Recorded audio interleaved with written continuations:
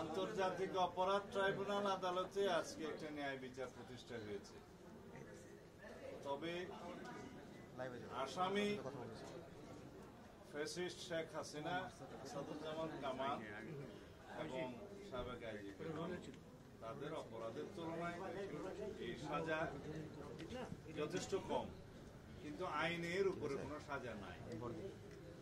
সেজন্য মাননীয় বিচারকগণ সর্বোচ্চ সাজা হিসাবে একটি অপরাধে মৃত্যু কারাদণ্ড দিয়েছে শেখ হাসিনার, আর একটি অপরাধে মৃত্যুদণ্ড এবং অন্যান্য অপরাধগুলো বিবেচনায় নিয়ে তাদের সম্পত্তি বাজেয়াপ্ত, আসাদুজ্জামান কামালের মৃত্যুদণ্ড এবং আইজিপি মামুনের বিচার কার্যে সহযোগিতার জন্য তার সাজা কমিয়ে দিয়ে গেছে। তবে আরো অনেক মামলা তাদের বিরুদ্ধে আছে এবং সেই মামলাগুলো আশা করি ন্যায় বিচার প্রতিষ্ঠা হবে, সবাই সুবিচার পাবে। আজকের এই আদালতের রায়ের মধ্য দিয়ে কয়েকটি জিনিস প্রমাণিত।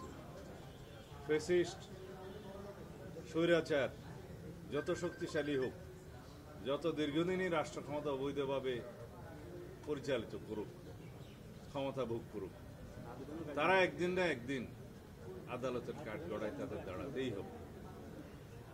বাংলাদেশে গুম, খুন, অপশাসন এবং বৈষম্যের যে রাষ্ট্র ব্যবস্থা কায়েম করেছিল শেখ হাসিনা, একদলীয় রাষ্ট্র ব্যবস্থা এবং একদলীয় সরকার ব্যবস্থা প্রতিষ্ঠার যে উদগ্র বাসনা চরিতার্থ করতে চেয়েছিল, তা সম্ভব হয় নাই।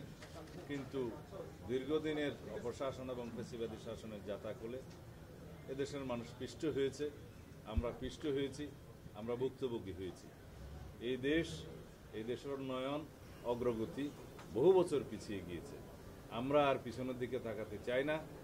দেশে ন্যায় বিচার প্রতিষ্ঠা হবে সর্বক্ষেত্রে, আইনের শাসন প্রতিষ্ঠা হবে সর্বক্ষেত্রে এবং এর মধ্য দিয়েই আগামী দিনে একটি শক্তিশালী গণতান্ত্রিক রাষ্ট্র বিনির্মাণ হবে।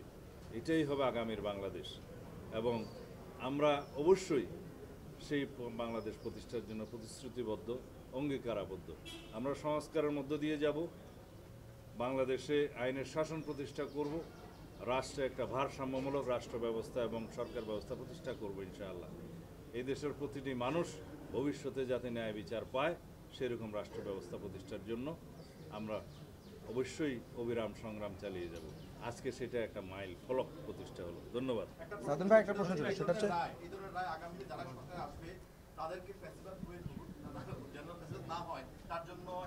এই বিচার হচ্ছে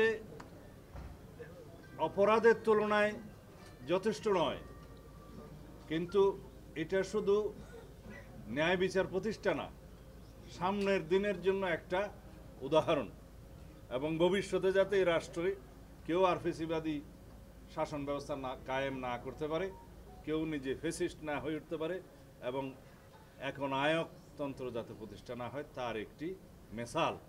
এটা ভবিষ্যতের জন্য একটা শিক্ষা, শুধু অতীতের জন্য বিচার নয়, এটা আমাদের মনে রাখতে হবে।